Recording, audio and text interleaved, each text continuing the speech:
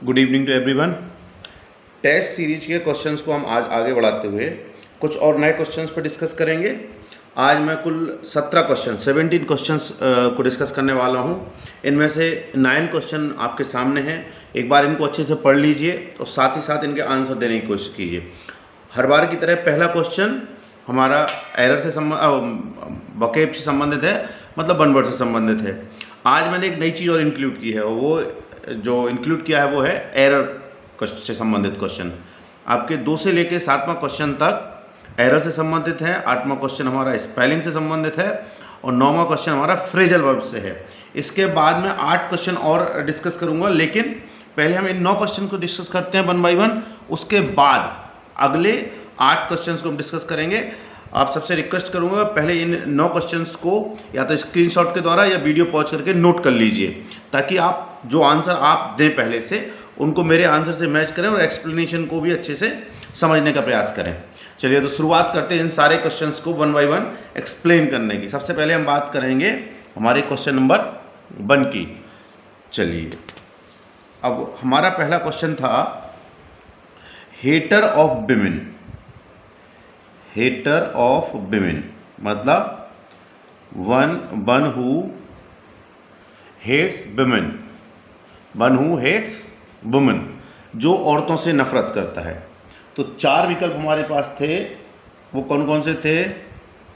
मीजोलॉजिस्ट, दूसरा विकल्प था हमारे पास मिजोजिनिस्ट, और तीसरा विकल्प था हमारे पास फिलोजिनिस्ट, और चौथा विकल्प था हमारे पास गायनिकोलॉजिस्ट। अब मैं आपको इसका सही उत्तर बताता हूं। इसका सही उत्तर है मिजोजिनिस्ट। अब कारण समझिए, और हर बार की तरह हम इस वर्ड को भी एक्सप्लेन करेंगे। कारण ये है कि जो गायनी जो वर्ड है रूट होता है, उसका मतलब होता है विमेन, ठीक है। और मीजो यानी ये मिजन शब्द से बना है, और मिजन माने होता है हेट। हेट गायनी माने हो गया वुमन। और जो IST है वो मैं हर बार बताता हूं, ये व्यक्ति को रिप्रेजेंट करता है। तो hater one who hates women यानी मीजोजिनिस्ट। अच्छा, इसीलिए अगर अब हम देखें मीजोलॉजिस्ट, लॉजिस्ट माने होती है नॉलेज या रीजनिंग, जो तर्कों से ज्ञान से नफरत करता हो, वो हो गया मीजोलॉजिस्ट। अब आज मैं जो आपको बताने वाला हूं वो गायनी से संबंध बताने वाला हूं, जो जितने भी आपको वन वर्ड बताने वाला हूं। तो सबसे पहला तो जो इसमें हमने दिया हुआ है गायनिकोलॉजिस्ट। गायनिकोलॉजिस्ट माने होता है one who treats the female reproductive and sexual organ, यानी अगर हम आम भाषा में बात करें, जो स्त्री रोग विशेषज्ञ होता है उसको हम गायनिकोलॉजिस्ट कहते हैं, ठीक है। दूसरा यही मैंने आपको दिया है फिलोजिनिस्ट। फिलोजिनिस्ट यहाँ व्यक्ति जो है वो विमेन से संबंधित हो गया। फिलो माने होता है टू लव, जो औरतों के हित की बात करें। हम इसको एक और वन वर्ड होता है इसी का फेमिनिस्ट, स्त्रीवादी यानी। और यहाँ लवर ऑफ वुमेन, और लवर ऑफ वुमेन को रॉन्ग इंटरप्रिटेशन हमें नहीं करना है। यहाँ लवर ऑफ वुमेन का मतलब है one who thinks of the advancement of the women, जो स्त्री के भले की बात करे या स्त्रियों के विकास की बात करे, मीन्स उनके वेल बीइंग के बारे में बात करता हो या सोचता हो, दैट पर्सन इज कॉल्ड फिलोजिनिस्ट। तो फिलो माने टू लव होता है। इससे संबंधित और वन वर्ड हम आगे डिस्कस करेंगे, चूंकि आज हम बात कर रहे हैं गायनी की। अगला जो शब्द होता है वो होता है मोनोगाइनिस्ट, पॉलीगाइनिस्ट, ठीक। मोनोगाइनिस्ट, गायनी माने वही औरत, वो व्यक्ति जिसकी एक वाइफ हो, one who has one wife is called. Mono माने वन और गायनी माने औरत, और इस्ट माने रखने वाला, तो one who has one wife. Poly माने बहुत सारी, वन हु हैज 2 और मोर वाइफ्स, वन हु हैज 2 और मोर वाइफ्स, जिसकी 2 या 2 से अधिक पत्नियां हों, वो पॉलीगाइनिस्ट होता है, ध्यान रखिएगा। मोनोगाइनिस्ट जिसकी एक पत्नी हो। फिलोजिनिस्ट मतलब feminist lover of women. Gynaecologist बता चुके हैं हम, और मीजोजिनिस्ट बता चुके हैं। अब याद रखिएगा ये सारे के सारे वर्ड काय से रिलेटेड थे, गायनी से संबंधित। अब हम बात करते हैं क्वेश्चन नंबर 2 की।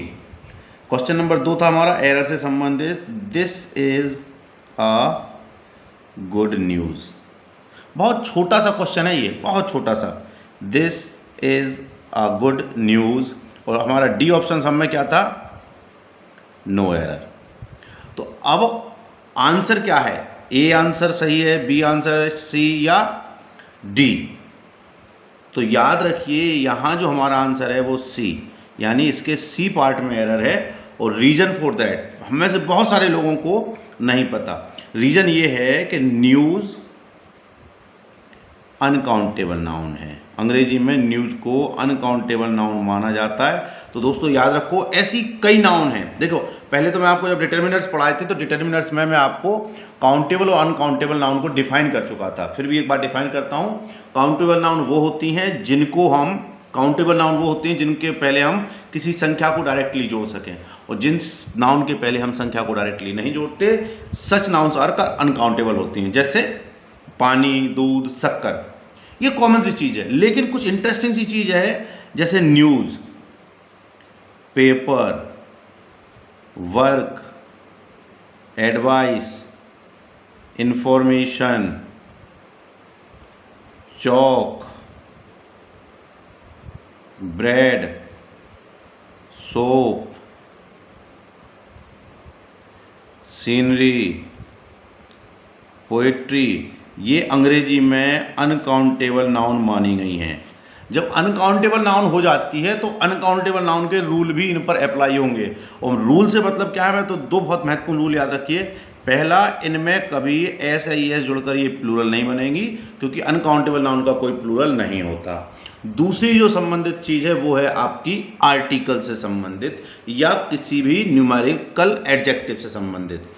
आर्टिकल से संबंधित ये बात है कि इनके ठीक पहले, जैसे हम कभी ये नहीं कहते कि गिव मी अ वाटर, ब्रिंग मी अ वाटर, उसी प्रकार से इनके ठीक पहले ए और एन का यूज़ हम नहीं करेंगे। क्यों? क्योंकि ये अनकाउंटेबल है, इसलिए यहाँ ये ए गलत है।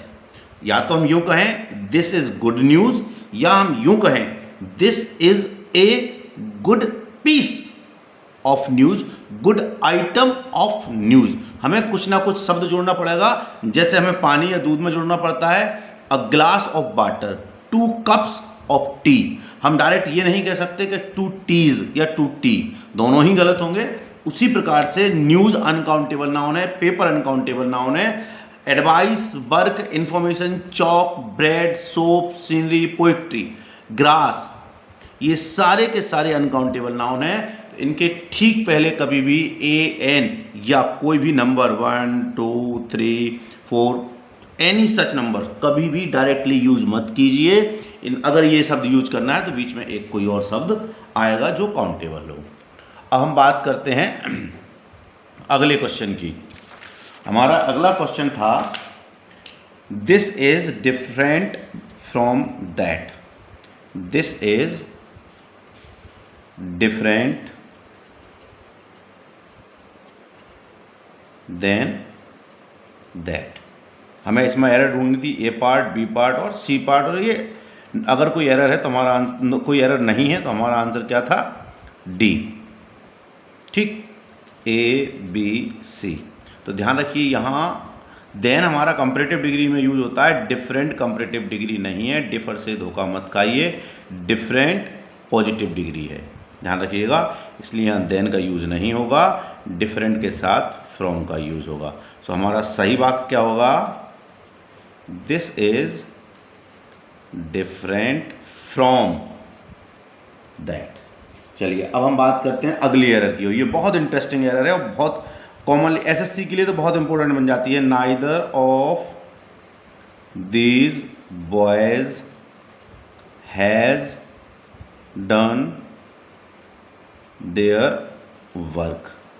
हम में से या आप में से कई लोगों को ये लग सकता है कि सर इसमें तो जो एरर है वो बॉयज़ के साथ हैज़ गलत हो जाता है।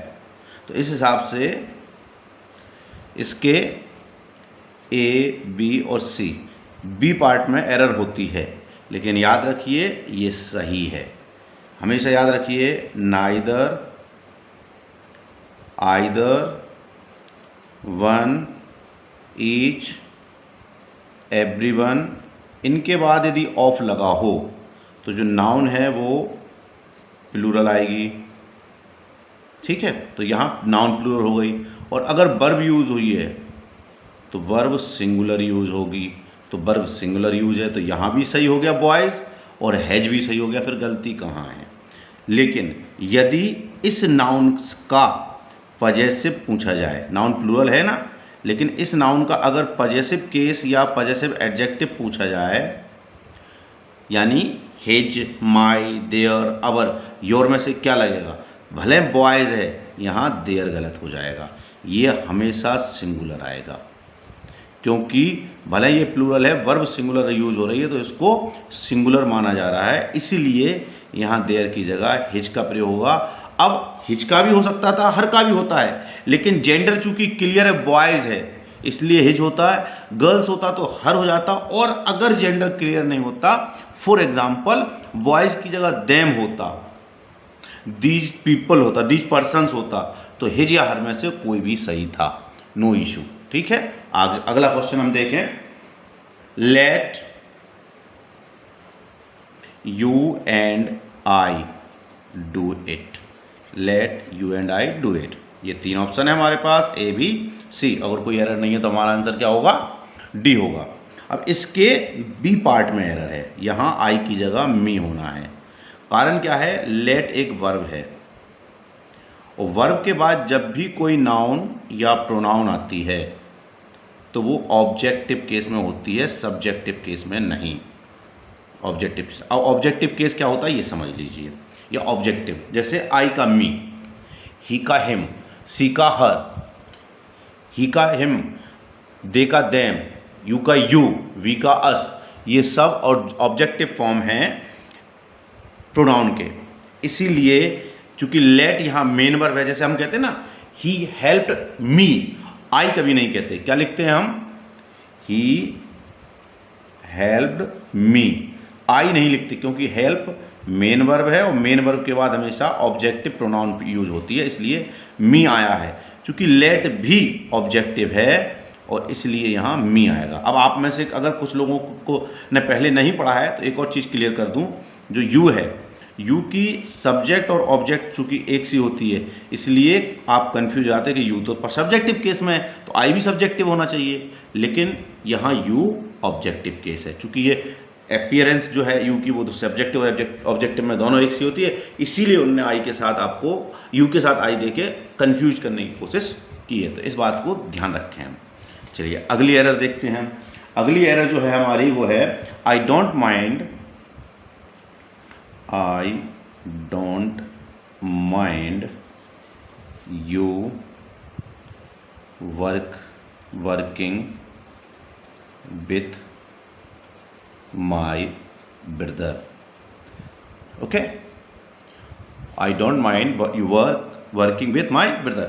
अगर आपको याद हो तो पिछली बार मैंने आपको बताया था कि एंजॉय, माइंड, अवॉइड, इनके बाद जीरेंड का यूज होता है। ठीक है, कहीं कोई दिक्कत नहीं है। इस सेक्शन में हमें कोई एरर नहीं लगती। डोंट के साथ वर्ब की फर्स्ट फॉर्म लगती है तो ये भी ठीक है, लेकिन जो एरर है वो है इस सेक्शन में। कारण क्या है आप समझिए। यहाँ यू की जगह योर होगा, उसका कारण जीरंड है, ध्यान रखिए। जीरंड, फिर रिवाइज कर रहा हूँ, वर्ब की आईएनजी फॉर्म जिसको हम वर्बल नाउन कहते हैं, वर्बल नाउन। और नाउन के पहले ये जो नाउन होने के कारण याद रखिएगा, जीरंड के पहले हमेशा पजेसिव एडजेक्टिव आता है। पजेसिव एडजेक्टिव या आपकी भाषा में बोलें तो पजेसिव नाउन, ठीक, प्रोनाउन, यानी माई, योर, आवर, देयर, हर, या अगर नाउन है कोई तो मान लीजिए राम है तो राम्स, अनिल्स, इस प्रकार से आएंगे। अगर जीरंड के पहले कभी भी नाउन या प्रोनाउन पूछी जाए तो आप उसकी पजेसिव फॉर्म लगाएंगे, सब्जेक्टिव या ऑब्जेक्टिव फॉर्म नहीं लगेगी। इसलिए इसमें यू गलत हो जाता है, यहाँ करेक्ट आंसर हमारा योर होता है। Okay, now move on to the next question. हमारा नेक्स्ट क्वेश्चन था I knew that you will come. I knew that you will come. एक सेक्शन, दो सेक्शन, तीन सेक्शन और लास्ट सेक्शन हमारा नो एरर का है। मैं जानता था कि तुम आओगे। मैंने आपको हर बार सलाह दी है, फिर दे रहा हूँ। हिंदी हमें, जब भी हम हिंदी से अंग्रेजी पढ़ेंगे, we will have some problem. अब यहाँ भी यही समस्या हो रही है। I knew that you will come, मैं जानता था।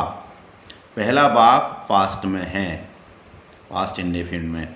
जब भी पहला वाक्य अगर पास्ट, एक से अधिक वाक्य जुड़े हैं और अगर पहला वाक्य पास्ट में है, if the first sentence is in past, remember if the first sentence is in past, तो दूसरा भी पास्ट में ही होगा। इसलिए यहाँ बिल की जगह बिल की पास्ट फॉर्म वुड का यूज करेक्ट होगा, ये विल गलत होगा। एक चीज़। दूसरी चीज़, लेकिन अगर पहला रूल मैंने क्या बताया आपको, पहला पास्ट में है अगर सेंटेंस, तो बी सेंटेंस भी काय में होगा, पास्ट में।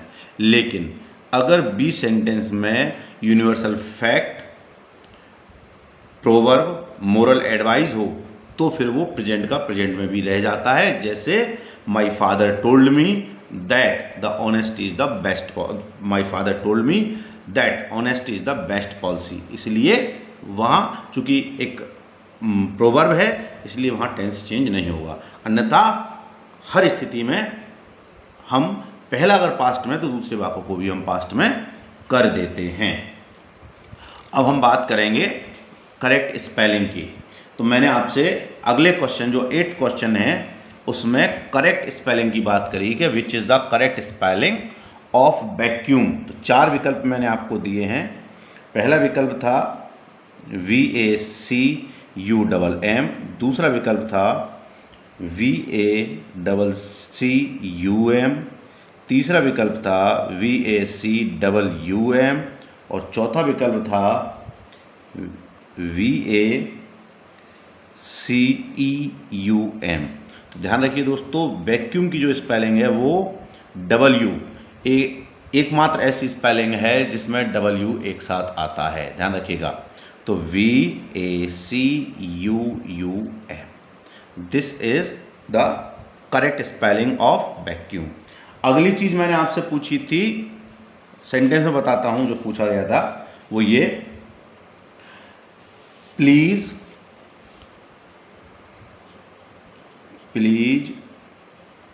Send for the doctor.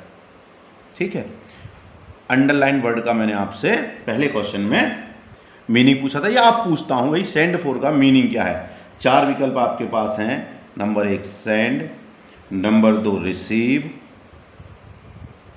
Number 3 call और नंबर 4 अटेंड।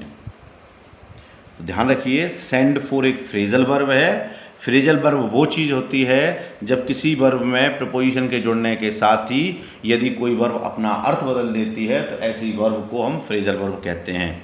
तो ध्यान रखिए, यहाँ सेंड और फॉर का मीनिंग सेंड, रिसीव और अटेंड नहीं होता, कॉल होता है। ये एक बार MPSI में क्वेश्चन आ चुका है, रिमेंबर द फैक्ट। ओके, अगला अब हम बात करेंगे अगले 9 क्वेश्चंस की। जो अगले, अभी मैंने आपको 9 क्वेश्चन डिस्कस किए हैं, अब मैं बात करने वाला हूं अगले 8 और क्वेश्चन, जिनको हम we are going to discuss these 8 more questions. Okay, so एक बार इन पर नज़र डालिए। दीज आर द क्वेश्चंस 10, 11, 12, 13, 14, 15, 16 और 17। ये आपके सामने 8 क्वेश्चंस और हैं। एक बार अच्छे से इनको नोट डाउन कर लीजिए या वीडियो पॉज करके इनको पढ़ने की कोशिश कीजिए और खुद से आंसर दीजिए। चलिए मैं अब इनका एक्सप्लेनेशन शुरू करता हूँ। Question number 10, she blanks me the other day. जिन क्वेश्चन को मैं यहीं समझा सकता हूँ, मैं वहीं एक्सप्लेन करने की कोशिश करूँगा। अब ये पूरे ब्लैंक हैं, ध्यान रखिए। देखिए, वो मुझसे, अब अदर डे की बहुत वैल्यू होती है, ठीक। अदर डे जो है, हमेशा ध्यान रखना, जिस वाक्य में भी अदर डे लगा हो वो पास्ट इंडेफिनिट में जाता है। हमेशा ध्यान रखिएगा, जो वाक अदर डे लगा हो, अदर डे हो, एगो हो, यस्टरडे हो, लास्ट नाइट, लास्ट डे, इस प्रकार के जो भी शब्द यदि किसी वाक्य के अंत में लगे हैं तो वो वाक्य पास्ट का होता है, और पास्ट में भी पास्ट इंडेफिनिट का। तो चूंकि मीट्स प्रेजेंट को रिप्रेजेंट कर रहा है, ये गलत हो गया। इज मीटिंग प्रेजेंट को रिप्रेजेंट कर रहा है, ये भी गलत हो गया। विल मीट फ्यूचर को शो कर रहा है, ये भी गलत हो गया। मेट, चूंकि ये वी सेकेंड है, वर्ब की सेकेंड फॉर्म है, और ये पास्ट इंडेफिनिट को सजेस्ट करती है या पास्ट इंडेफिनिट को शो करती है, इसलिए हमारा सही आंसर होगा मैट यानी डी। अब question number 11, if she blank me I will help her, यदि वो मुझसे रिक्वेस्ट करेगी तो मैं उसकी मदद करूंगा। देखिए फ्यूचर की बात चल रही है तो इसलिए रिक्वेस्टेड गलत हो गया, एलिमिनेशन अगर हम करें एक चीज़। दूसरी चीज़, चूंकि सी सिंगुलर होता है इसलिए रिक्वेस्ट भी गलत हो गया। अब हम आते हैं रिक्वेस्ट्स पे और बिल रिक्वेस्ट पे, ध्यान रखिएगा, रिक्वेस्ट और बिल रिक्वेस्ट पे एक महत्वपूर्ण नियम, if, unless, as soon as long as, when, while, ये जिस भी वाक्य के ठीक पहले आए, देखिए इस वाक्य में आए ना कंडीशनल सेंटेंस या समय को दर्शाने वाले वाक्य, ये फ्यूचर में नहीं बनते, नेवर इन फ्यूचर। दूसरा हो सकता है, कोई दिक्कत नहीं है, लेकिन जिस वाक्य में ये लगे हों, तो इस वाक्य में ये लगा हुआ है तो ये फ्यूचर में नहीं जाएगा, भले हिंदी अर्थ कुछ भी निकले, इसलिए बिल रिक्वेस्ट भी गलत हो गया। हमारा सही आंसर क्या होगा? रिक्वेस्ट। ठीक है, रिक्वेस्ट। नेक्स्ट वन, 12वां, the collector and blank chief guest has arrived, a an और नो आर्टिकल, ए एन और नो आर्टिकल। चलिए इस क्वेश्चन को समझाने के लिए मैं आपको अलग से एक पेज पर समझाता हूं, यहां आपको सही से समझ में नहीं आएगा। The collector and blank chief guest has arrived. ठीक है, अब एक बात गौर कीजिए, मैंने यहां हैज का प्रयोग किया है जबकि लोग दो हैं, कलेक्टर और चीफ गेस्ट, फिर तो यहां हैव होना चाहिए था। इसका मतलब एक ही निकलता है अगर मैंने हैज का प्रयोग किया है कि कलेक्टर और चीफ गेस्ट एक ही व्यक्ति हैं, एक ही व्यक्ति हैं, मतलब वही व्यक्ति चीफ गेस्ट है और वही व्यक्ति कलेक्टर महोदय हैं। तो ऐसी स्थिति में केवल एक ही नाउन के साथ आर्टिकल लगता है, दूसरे नाउन के साथ कोई आर्टिकल नहीं लगता। क्योंकि अगर मैं यहाँ आर्टिकल लगा दूंगा, इसका मतलब अगर मैं इस तरह से लिखता हूँ the collector and the chief guest, अब मैंने दोनों में आर्टिकल लगा दिया, देखिए इसका मतलब कलेक्टर एक अलग व्यक्ति हैं और चीफ गेस्ट एक अलग व्यक्ति हैं, तब यहाँ हैव का यूज होगा। ये दो अलग अलग व्यक्ति हो गए, दो अलग अलग व्यक्ति। ठीक है, इसीलिए हैव का यूज होता है। चूंकि यहाँ हैज का प्रयोग हुआ है, इससे हम ये समझ गए कि एक ही व्यक्ति की बात चल रही है, इसका मतलब आर्टिकल एक ही नाउन में लगेगा। तो ध्यान रखना, जब भी ऐसे क्वेश्चन आता है, एक सीधी जुगाड़, दो आर्टिकल्स हो दो आदमी और एक आर्टिकल्स हो एक आदमी। चूंकि यहाँ दो आर्टिकल हैं तो दो आदमी, और जरूरी नहीं है दा का यूज हो, कई बार ए का भी यूज होता है। A poet and a philosopher have died. ठीक है, एक एग्जाम्पल मैंने आपको ए का बता दिया। चलिए अब हम फिर आगे अगले कुछ क्वेश्चन को डिस्कस करते हैं। Question number 13, he has bought this phone 2000 rupees. ये प्रपोजिशन का क्वेश्चन है। उसने ये फ़ोन, जनरली हम जो बोलते हैं वो ये कि उसने ये फ़ोन 20,000 रुपीज़ में ख़रीदा है। 20,000 रुपीज़, तो हमारा पहला जो दिमाग जाता है वो इन पर जाता है, ध्यान रखिए, पहला दिमाग। तो एट गलत हो जाता है और टू गलत हो जाता है, लेकिन इन भी गलत है। जब किसी चीज़ को खरीदने या बेचने की बात आती है और उसके पहले, कीमत के पहले जो प्रपोजिशन पूछा होता है वो फोर लगता है, ध्यान रखिएगा। जैसे अगर ये मैं कहूँ कि मैंने अपना जो स्कूटर है वो 25,000 रुपये में बेच दिया, I have sold my scooter for in 25,000 rupees गलत होगा, फॉर 25,000 रुपीज़। इसीलिए यहाँ भी he has bought this phone for 20,000 rupees. ये नियम याद रखना, और ये प्रपोजिशन बहुत इंपॉर्टेंट है और ये पूछा जाता है, हम में से अधिकांश लोग गलती करते हैं। 14th question, he is the best player blank can win the match for our team. वो सबसे अच्छा खिलाड़ी है जो हमारे लिए इस मैच को जीत सकता है। अब देखिए यहाँ रिलेटिव प्रोनाउन का क्वेश्चन है, चूंकि यहाँ कैन है, सब्जेक्ट गायब है, तो सब्जेक्टिव प्रोनाउन का यूज होना है, इसलिए हुम गलत हो गया। नंबर 2, प्लेयर लिविंग बीइंग होता है, इसलिए यहाँ विच का प्रयोग गलत है। अब हम फंसते हैं हु पर और हुम पर। तो सजीव के लिए हु और दैट में कंफ्यूज होते हैं, तो सजीव के लिए हु और दैट दोनों का यूज होता है, ठीक है, रिलेटिव प्रोनाउन में। जैसे एक एग्जांपल में लिखता हूं, he is the boy who या दैट स्टोल माई पर्स। ये इसमें दोनों पर्स दोनों सही हैं, हु भी सही है और दैट भी सही है, लेकिन याद रखिए कि हमें क्या याद रखना है, अगर ऐसी स्थिति में नाउन के पहले कोई सुपरलेटिव डिग्री है, बेस्ट, टॉलेस्ट, मोस्ट इम्पोर्टेंट या ऑल लगा हुआ है, सुपरलेटिव डिग्री है। चलिए मैं इसको भी आपको अलग पेज पे समझा देता हूँ। अगर नाउन के पहले क्या है, सुपरलेटिव डिग्री या ऑल, ऐसी स्थिति में हम हु की जगह चाहे सजीव हो चाहे निर्जीव दैट का यूज करते हैं, ध्यान रखिएगा। या ओनली भी लगा हो, ध्यान रखिए, ओनली हो, द सेम हो, तो ऐसी स्थिति में हम हु का प्रयोग नहीं करते। ऐसी फिर नाउन के बाद रिलेटिव प्रोनाउन के लिए हम दैट का यूज करते हैं, इसीलिए इस वाक्य में भी हम दैट का यूज करेंगे, हु गलत हो जाएगा। Move on to the 15th question, the students of your coaching can this exam tomorrow. मुझे हल्की सी ऐसी आने का कारण है, आपके कोचिंग के स्टूडेंट्स इस एग्ज़ाम को कल दे सकते हैं या कल उपस्थित हो सकते हैं। अब उपस्थित हो सकते हैं, एपियर, कैन एपियर, अगर एपियर होता तो यहाँ इन होना जरूरी था, सो यहाँ एपियर गलत हो जाता है। The student of your coaching can appear in this exam tomorrow, ठीक है, चूंकि इन नहीं दिया तो एपियर, अब आता है टेक या गिव। तो आपकी कोचिंग के स्टूडेंट इस एग्जाम को कल दे सकते हैं, जनरली हमारा यही निकलता है, तो हमारा आंसर पहला जाता है गिव पर। लेकिन याद रखो, एग्जाम देने के लिए जब कोई स्टूडेंट के तौर पर एग्जाम में अपीयर होता है तो हमेशा टेक इस्तेमाल होता है, टेक, और गिव इस्तेमाल होता है। जैसे मान लीजिए मैं टीचर हूँ, आपका टेस्ट ले रहा हूँ या मुझे कल टेस्ट लेना है, तो I will give you a test tomorrow.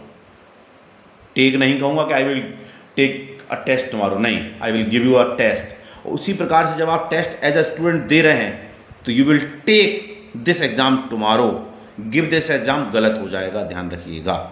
इसलिए the correct answer is take. Now move to the 16th question.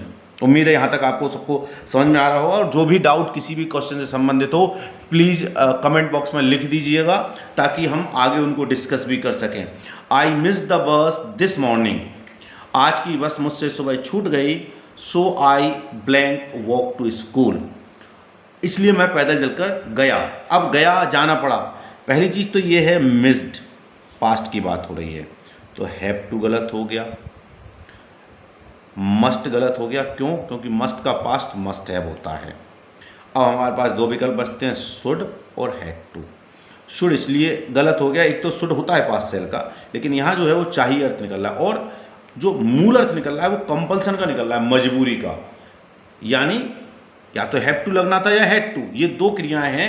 जैसे मैं सुबह नहीं आ सकता, भाई मुझे सुबह खाना वाना बनाना पड़ता है, तो I can't come in the morning because I have to cook. लेकिन चूंकि जब पास्ट की बात होती है तो हैव टू का पास्ट होता है हैड टू। तो मेरी बस छूट गई, इसलिए मुझे स्कूल पैदल जाना पड़ा। So correct answer is D. अब आते हैं हम 17th क्वेश्चन पे, लास्ट क्वेश्चन आज का। Hardly blank us when they rain away. देखिए पहली चीज तो ये समझ लीजिए इस आंसर को समझने से पहले कि हार्डली से संबंधित 2-3 क्वेश्चन हमें पूछे जाते हैं। एक तो हार्डली और व्हेन का कॉम्बिनेशन, यानी एक तरफ हार्डली दे देंगे और दूसरी तरफ हमें ब्लैंक दे देंगे, तो हार्डली के साथ व्हेन का यूज होता है, ये यहाँ सही दिया हुआ है। अब हम बात करते हैं कि हार्डली के साथ जब व्हेन दिया होता है तब टेंस का क्या सिस्टम रहता है। तो 2 सिस्टम ध्यान रखिए। पहली चीज़ तो जब हार्डली और व्हेन की बात होती है, हार्डली, चलिए इसको भी मैं आपको अलग पेज पे समझा देता हूँ। जब हार्डली और व्हेन की बात होती है, हार्डली और व्हेन से 2 सेंटेंस जुड़े होते हैं, तो ये तो पास्ट के किसी भी टेंस में चला जाता है, लेकिन पहली चीज़ तो ये हमेशा पास्ट परफेक्ट में जाएगा। पास्ट परफेक्ट में जाएगा यानी हैड प्लस वी थर्ड। ठीक, पहली चीज़ तो ये हो गई। तो उस हिसाब से अगर हम अपने क्वेश्चन पे आते हैं तो हमारा ये विकल्प गलत हो गया और ये विकल्प गलत हो गया। अब हमारे पास ये बचता है और ये, क्योंकि इसमें हेड सीन है और इसमें भी हेड प्लस थीन है, दोनों ही पास्ट परफेक्ट हैं। ठीक है, अब हमारे लिए करेक्ट कौन सा होता है, which is the correct one. तो याद रखिए जब भी वाक्य के आरंभ में हार्डली जुड़ता है तो ऐसे वाक्य को हम इन्वर्सन फॉर्म में कर देते हैं, और इन्वर्सन फॉर्म सेंटेंस की वो होती है जिसमें वर्ब को या हेल्पिंग वर्ब को हम सब्जेक्ट के पहले रख देते हैं, जो कि हमारे बी विकल्प में, इसलिए हमारा सही आंसर होता है। हाँ, अगर वाक्य के बीच में रख देते हम दे हार्डली, तो फिर ये सही था, दे हैड हार्डली सीन। चूंकि वाक्य के प्रारंभ में ही रख दी इसलिए हैड दे सीन। ध्यान रखिएगा, hardly had they seen us when they ran away. तो हार्डली के साथ व्हेन का यूज होता है, और हार्डली अगर वाक्य के प्रारंभ में आ जाए तो वो वाक्य हमेशा इन्वर्सन या ऐसी स्थिति में आता है जिसमें हम वर्ब की जो सहायक क्रिया है वो वाक्य के पहले रखते हैं। इन 17 क्वेश्चन से संबंधित जो भी डाउट आपको हो, if you have any doubt related to these 17 question, please do write in the comment box. और अगर इसके अलावा आपको लगता है कि नहीं सर ये टॉपिक आप पहले लीजिए, इन टॉपिक्स को डिस्कस कीजिए, तो भी आप लिख सकते हैं, so that in the next video I could discuss those points या दोज टॉपिक्स क्लियरली, और उनसे संबंधित हम क्वेश्चन की बात भी करेंगे।